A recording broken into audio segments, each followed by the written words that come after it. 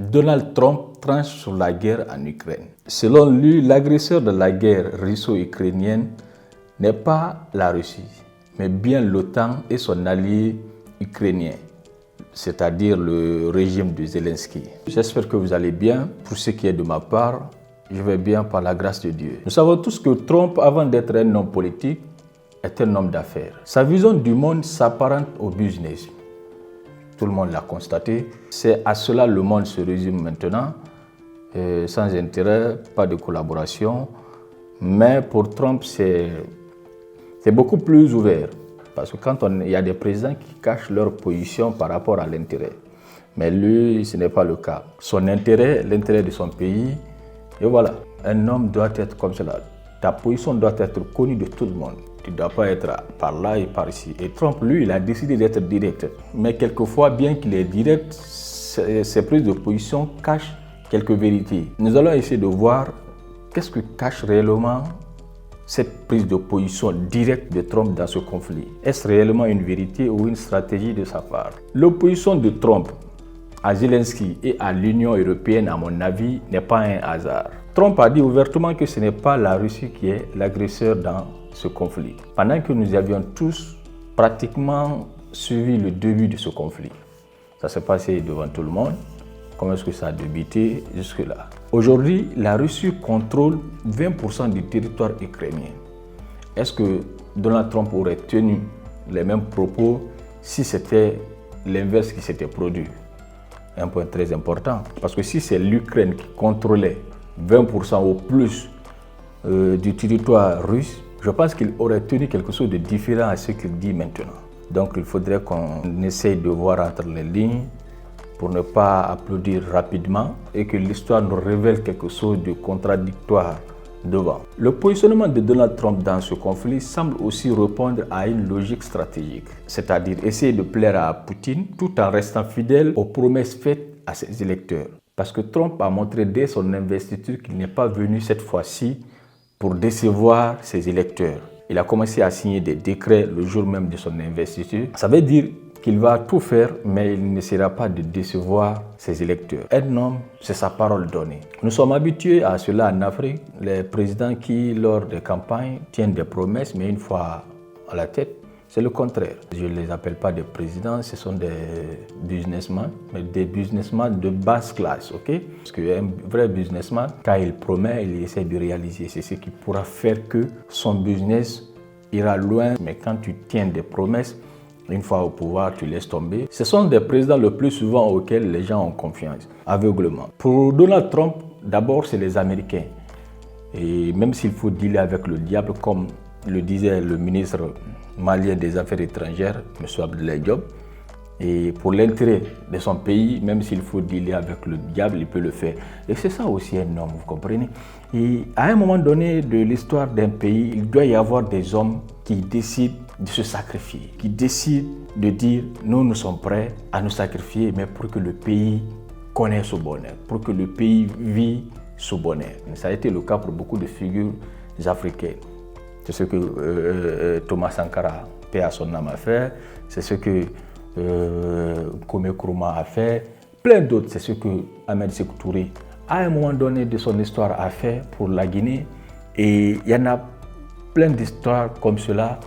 Ils se sont dit, écoutez, nous allons essayer de mettre notre pays, nous allons essayer de mettre notre population, nos concitoyens devant, pour que, même quand nous ne serons pas là, qu'ils essayent de vivre aisément, comprenez? Et ils ne vont pas regarder la tête du client. Non, ce n'est pas ta tête qu'on regarde, mais qu'est-ce que tu leur apportes? Si le client est beau et que tu n'as rien de la main, ce n'est pas pour moi, c'est pour ma population, on ne peut pas dealer avec toi. Je pense que Donald Trump est dans cette logique. Aujourd'hui, même si Donald Trump aujourd'hui s'aligne derrière l'Ukraine pour dire que la Russie n'a pas raison, mais qu'est-ce qu'il va gagner? Déjà, l'Ukraine est en train de capituler. Qu'est-ce qu'il va gagner? Il ne va rien gagner. Qu'est-ce que les Américains gagneront? Rien. Et pire, Donald Trump sait que l'Amérique a beaucoup financé l'Ukraine dans ce conflit. Donc déjà, ils doivent récupérer cet argent-là. Donc il ne va pas essayer d'être dans un camp qui ne pourra ni l'arranger, ni arranger ses compatriotes. Aurait été certains présidents bêtes vont dire non, on va essayer de défendre l'Ukraine, même si l'Ukraine maintenant est en train de perdre, parce que Donald Trump, lui, il a été catégorique. J'ai eu de très bonnes discussions avec Poutine, mais pas avec l'Ukraine. Ils n'ont plus de cartes, mais ils essayent quand même de jouer. Nous, non. Et nous n'allons pas laisser cela continuer. Cette guerre est terrible. Nous faisons des progrès incroyables. Nous avons fait plus de progrès que les administrations précédentes en 3 ans. Encore une fois, c'est si triste que ce conflit ait commencé. L'Ukraine et ses alliés n'ont plus de cartes à jouer. Il n'a pas à salir sa main pour leur cause. C'est les intérêts qui lient les hommes. Et quand on est chef d'État, tout ce qu'on décide, on ne le décide pas pour soi, mais on décide pour son peuple. Nous connaissons tous l'histoire de ce conflit qui a commencé l'attaque. C'est la Russie. Bien que du point de vue géopolitique, du point de vue géostratégique, la Russie a ses raisons d'attaquer. Un combat que tu ne peux pas éviter, sois le premier à mener l'attaque. Sinon, quand tu attends qu'on t'attaque, peut-être qu'on pourra te vaincre. Et c'est ce que la Russie a essayé de faire. La Russie a compris que en restant bras croisés, ce combat ne sera pas gagné. Et ce n'est pas un combat qu'on peut aussi éviter. Donc il faut aller à l'attaque, il faut attaquer et essayer de vaincre. C'est ce que la Russie a essayé de faire.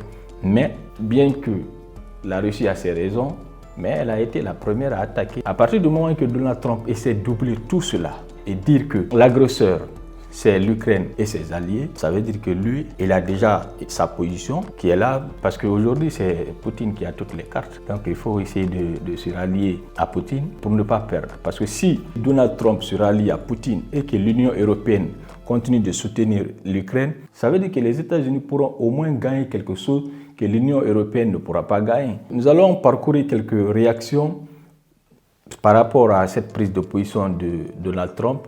Et n'oubliez pas aussi de donner vos avis et de liker, de partager et de vous abonner aussi si ce n'est pas encore fait. Je vous ai dit, cette chaîne est dédiée à toutes ces personnes qui souhaitent interagir sur des sujets comme cela et des sujets qui demandent l'avis de tout un chacun, des sujets d'interaction où chacun va venir donner son point de vue et positivement bien sûr. Et ensemble, nous essayons de changer autour du même sujet. Alors, il y a quelqu'un qui dit, vu que malgré tous les aides, c'est comme ça il a écrit, hein, tous les aides financières et militaires des États-Unis et l'Union européenne, ils n'ont pas pu combattre la Russie sur le champ de bataille. Raison pour laquelle Donald Trump veut tout faire pour blanchir les États-Unis dans cette guerre russo-ukrainienne. Que pensez-vous? Donnez votre avis sur cette réaction. Il y a quelqu'un qui dit, la guerre économique, c'est la stratégie. Trump sait que si les BRICS, Poutine entre parenthèses, entre en guerre éco avec l'échange local, c'est la chute du dollar.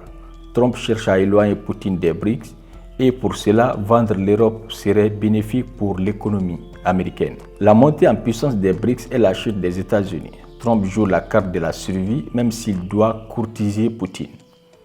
Alors, il y a quelqu'un qui dit « Tout est clair ». Pareille situation en RDC dont le proxy est ce petit point qui fait tête au pays de Lumumba. Ok? Il y a quelqu'un qui dit entre grands hommes on se respecte. Il y a quelqu'un qui dit Trump veut récupérer l'argent des États-Unis au plus vite. Trump rétablit la vérité. Ce sont des faits vérifiés. C'est de l'histoire contemporaine. Nous en avons tous été témoins. Pourquoi s'acharner à tronquer les faits, maquiller l'histoire et présenter l'agresseur comme celui qui est agressé? C'est son point de vue. Que pensez-vous? C'est pourquoi Zelensky doit vite être arrêté par les Ukrainiens pour être jugé de crimes organisés contre le peuple ukrainien. Alors, mesdames et messieurs, c'était tout pour cette vidéo. Alors, essayez de donner vos points de vue par rapport à tout ce qui a été dit. Comment est-ce que vous trouvez les différentes réactions? Essayez de donner aussi votre point de vue sur cette prise de position de Donald Trump en disant que l'agresseur dans ce conflit, ce n'est pas la Russie, mais plutôt l'OTAN et son allié ukrainien qui est le régime de Zelensky. Alors, j'attends votre réaction. On va échanger après sous les commentaires. À bientôt.